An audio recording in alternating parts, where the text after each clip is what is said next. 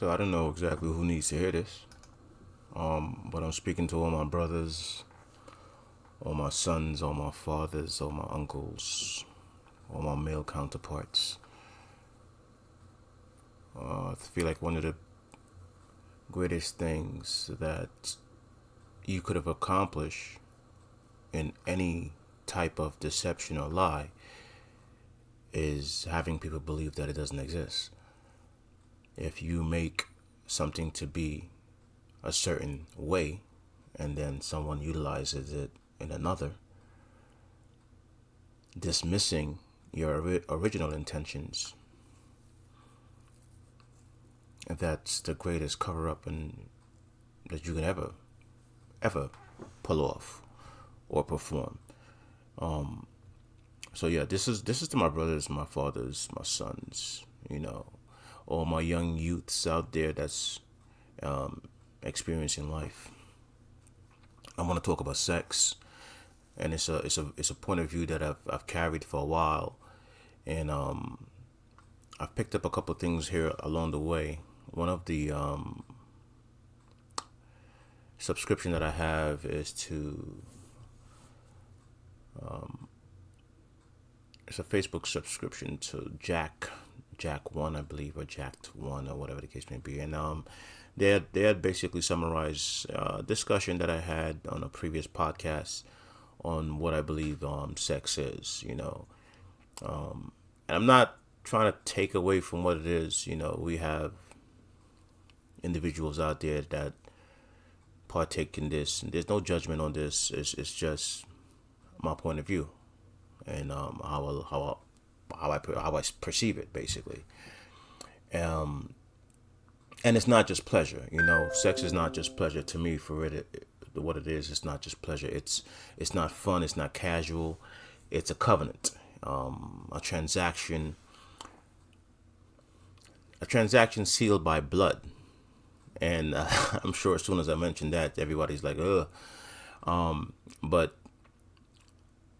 sex has consequences that echoes in our bodies, in our minds, in our spirits, even through generations. God designed sex to be sacred. That's why you place blood at the very gate of a woman's body, basically. That blood is not, it's not an accident that is there. It is a covenant marker, like how sacrifices are made, like how promises are done. You ever seen those movies where brother to brother, oh, we are going to make this covenant, and one of them cut their hand or cut their palm, and another one cut their palm, and they shake on it, and that blood binding means that promise is made, or they're entering into a covenant. It's the same type of scenario or situation when a man enters a woman. It's blood to blood, all right? Definitely skin to skin, and that exposure, that connection, that bond is made. It's definitely a covenant. It's definitely a binding, you know. Break this type of binding or break this type of covenant, and you may be entering into like a spiritual contract and don't even know it. Don't even have a clue. But here is the brutal truth behind this whole thing, right? Number one, sex was never just physical. So you could lie about it, right? You could just go about there and be like, yeah, it's just a physical thing. I got needs, and it feels good, whatever the case may be. You can go about there and put out that deceitful statement as much as you want. But every time you sleep with a woman, you tie your spirit to hers. You're not just sharing a bed, you're also sharing destiny, baggage, and consequences. Number two, the biological structure of a woman, the hymen, it's not just biological. It's a covenant. It's a promise that you're making. That blood wasn't random. Like the monthly cycle. It's not just random. It's actually designed that way. That's the way a woman is designed. It was placed as a token, as a covenant, way back in the days when man fell. This was the promise that was made. And the man who breaks this seal breaks a spiritual contract, if that makes any sense. That's why your first encounter sexually leaves permanent bonds that can't be erased. That's why you always remember your first. Number three, casual sex makes you a slave. And you'll talk to the strongest black man out there, strongest men, period. And they'll give you this type of a cliche statement: behind every great man is a greater woman, or whatever the case may be. But every woman you sleep with takes a piece, takes a piece of your strength, takes a piece of your character, takes a piece of whatever you encounter outside of the covenant, right? You lose virtue, you lose focus, you lose destiny, right? God made you to be X, Y, and Z, but you can never attain that, because with every sexual encounter, you're breaking the covenant and taking a piece away from yourself. So how can you ever attain your greatness if you're always depleting yourself on the back end? Hey, math is math, right? You can never get to a positive if you're always negating. That's why men can't rise sometimes. That's why men can't get towards their full intentions. That's why men can't get towards their full value. Their energy is scattered across beds that was never theirs in the first place, right? Outside, this is sexual activity or just sex in itself outside of marriage. All right. I feel like the only covenant that you enter into that's going to be successful for you, that's going to be a place where you are able to share and grow productively, is the structure that God has set up in the first place, the covenant of man and woman, that marriage being bonded, and that partner being set. But if you're sleeping with 100 women, or your number is high, yeah, just divide yourself into that number, because that's where you're lacking. That's where you're lacking. Number four, you kind of take on the spirits or the mannerisms or the energy or the vibe, or whatever you want to call it. You kind of take that on when you sleep around. You sleep with a harlot, you inherit her spirits, right? If a girl is out there doing her thing and she's sleeping with every Tom, Dick, and Harry that she can sleep with, and you sleep with her, trust and believe there's a transfer of that spirit, that energy, right? Next thing you know, you out there trying to sleep with every Jane, Mary, and whatever. So sleep with a broken woman, you're gonna inherit a chaos too. Sleep with another man's wife, you inherit his curses. So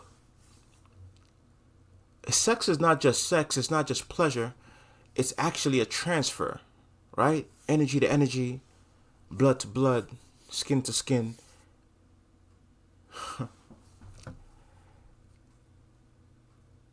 That's deep though. That's deep. Number 5, broken woman equals broken future. right? Many women, they carry fragments of multiple men, multiple covenants, men they were never meant to tie their souls to. And when you join yourself to them, you kind of inherit that confusion, right? You kind of inherit the curses. You kind of inherit those shattered destinies. And then we all need to wonder why. Oh man, why is this happening to me? Why can't I get here? Why can't I be there? You know, why can't I grow? Because that's because you've dipped into a broken system, and now you're part of that system. You inherited that system. Your bloodline, number 6, your bloodline or the next generation, they kind of pay the price also. God said sin carries to the 3rd and 4th generation. I know that was particularly towards a set of people, the Israelites. But it kind of transcends that. The way you walk now is what your generations in the future will reap. That one, harmless night, that one night stand may cost your children battles that you can never win. You lack the ability to resist. You lack the ability to exhibit self-control. These may be the same type of battles that your generations to come would have issues with or would lose to. Number 7, sex outside of marriage is self-destruction. You might as well hit the self-destruct button right now. If your intentions is to have multiple partners, get your numbers up, whatever the case may be, I can't even count the number of men that has this type of mentality, But it's crazy though, because STDs, unplanned children, broken homes, that's just the surface. That's the real destruction is actually invisible. You don't even see the real destruction. Spiritually, things are happening with the physical manifestation, right? So the physical manifestation is the STDs. You got a STD. You got a sexually transmitted disease, and then you have unplanned children. Like, oh my God, she's pregnant. Who? Pregnant by who? But these are just things that's already done, that's already brewed, right? Spirit that's already manifested is evidenced into a physical reality. The real destruction is invisible. The scattered purpose, the stolen focus, and destinies exchanged, destinies pushed away. These are, oh man.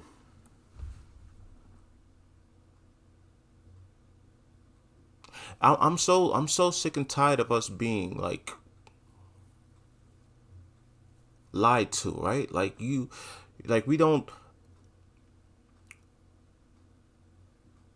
We see how people live their lives and how great they are and what they do, and then we have these areas where something goes wrong. This basketball player that was making millions of dollars a year, all of a sudden comes out to find out that he's a sexual deviant and he sleeps with multiple women across multiple countries and so on and so forth. So and then there's a problem with that. There's a stripping, there is a breaking down, there's a brokenness that comes along with it, and we wanna just play that oh my God type series, wow, how did that no. There are forces out there that we can't see, but it's definitely working around the clock, 24/7, like energy. Like energy. You think when you turn off the light, the energy stops? No, the energy is still there. It's when you flip that switch on, that's when the light comes on. If the energy wasn't there at all, when you flip that switch, it wouldn't come on. But that energy is always there. We don't see the energy, but we can see it when the light comes on. Keep that in mind. And I'm particularly sending this message over to my son. All right? I have a growing teenager that's growing up in this world, and my mission is to point him into a direction where his life will be the manifestation of the Creator. Like, glory be to God. Like, his life should be that God exists and God loves us and God protects us and God provides for us.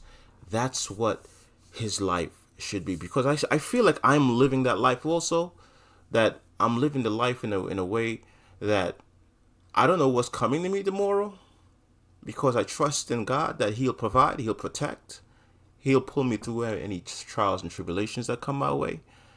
And regardless of how this world tries to break me, and I think sometimes that's the best thing too, for you to have a broken system so God can now fashion you back into what you are intended to be. But that's a different discussion for a different time. Let's move on to number 8. The devil.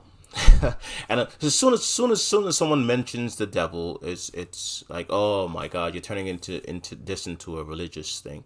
Listen, there's good and there's evil. There's white and there's black. There's up and there's down. There's the front side and the back side. There's the front door and the back door. So there is opposite sides here, right? And everyone have a different understanding of what the devil is, all right? And I implore you, find your path, okay? I don't see a figure with horns or red skin, that I call, like, someone calls the devil. Like, I don't see that. I see the absence of light as going towards a very bad place. Okay, I don't want to label it the devil. I just want to label it a place where God is absent, and I don't want to be a part of that. I don't want to be a part of that. From the beginning, the enemy used a woman outside covenant as his weapon. From the beginning. And nothing has changed.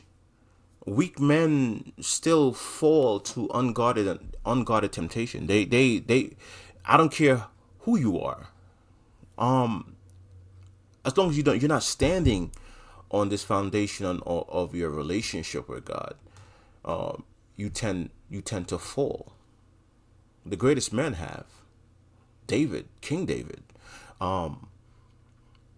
King Solomon, like, and the list goes on and on. And this is something that I fear that is going to repeat itself until the generation has an insight, an understanding, and an exposure that will safeguard them. Number 9, one act can shatter years.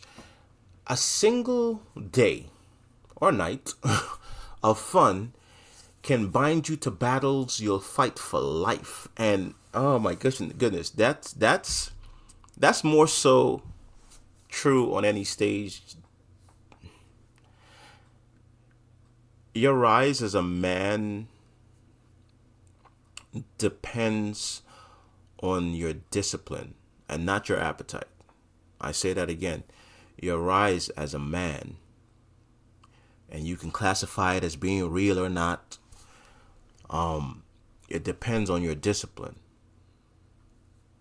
and not what you like to eat, not what you like to taste, not your appetite for the flesh, not your appetite for sex.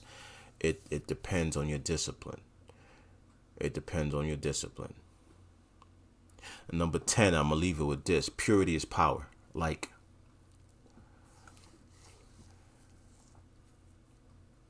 I never really understood it as on from a younger perspective. When my grandmother and my mother and my uncles, my father, they would wail on me at times when I've done the wrong thing outside of what I was taught, right? I'm not supposed to go out there causing mayhem and destruction. However, I find myself picking up a rock one day and throwing it at somebody's window and breaking the window, causing damage, whatever the case may be. And, you come home and everything is found out, basically. Everything is found out, and you have to now make amends. So, and you get it all the way down, right? You get the correction from your mom, you get the correction from your father, and it's all about safeguarding your well-being, right? I never really understood it, not till later on in my years, until I got my own children, that my mission statement is to ensure that my children has the proper tools, understanding, wisdom, guidance for them to come back home, right? You're going to go out there in the world and you are going to interact and engage with so many different things. But at the end of the day, you're going to come back home. I need you to come back home. That's the plight of going out there into the world. Whether you're going out there to hunt, whether you're going out there to I forgot the terminology, but you to plow or to toil the land,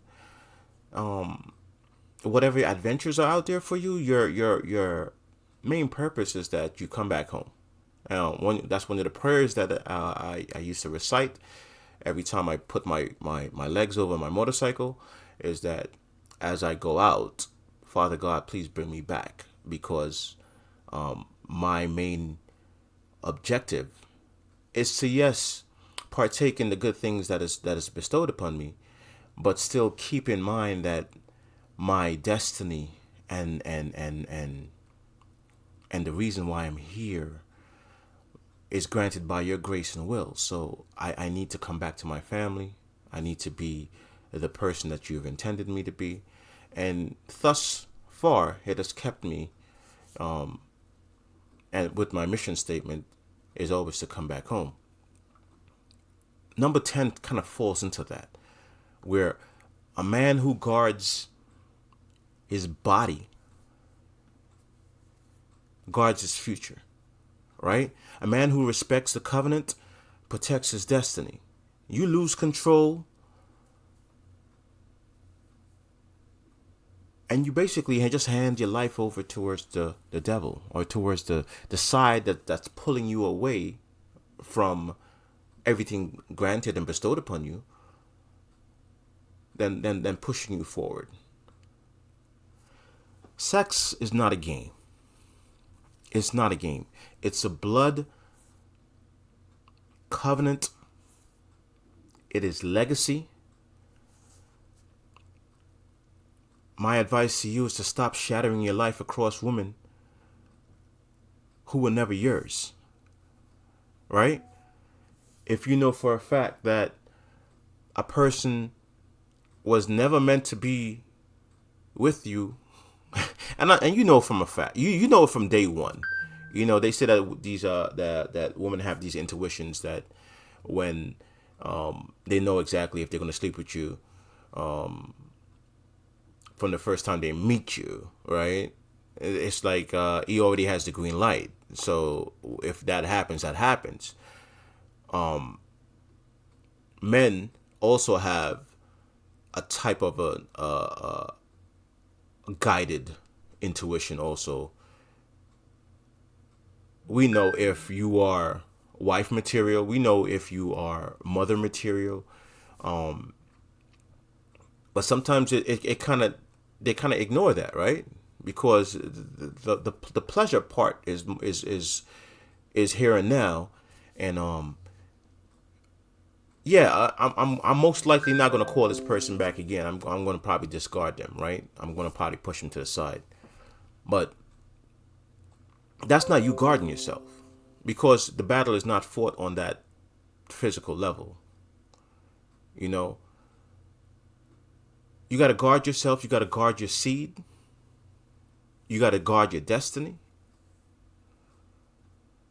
A real man. And I hate the fact that I'm using that terminology, a real man. But it's hard for me to use the terminology, a man. You feel me? Like, I can't say any man doesn't chase pleasure, because men chase pleasure. But a real man, or a person that understands the reason why they walk this earth, a person that understands God's grace, will, and peace, doesn't chase pleasure. He actually builds legacy. Thank you for joining me. That's my message, and I hope that this can foster up some discussions for our generations to come. I walk the streets of New York City every day, and I'm up in the mountains at times. I'm on the beaches. I'm on different playing fields and areas of this rock. But I see, like, the mind frame and mannerisms of our youth is just tainted. And I hope this helps out with discussions. If you have any comments or anything that you wish to say, leave it in the comments section or email me. I'll leave that in the description below. You guys take it easy.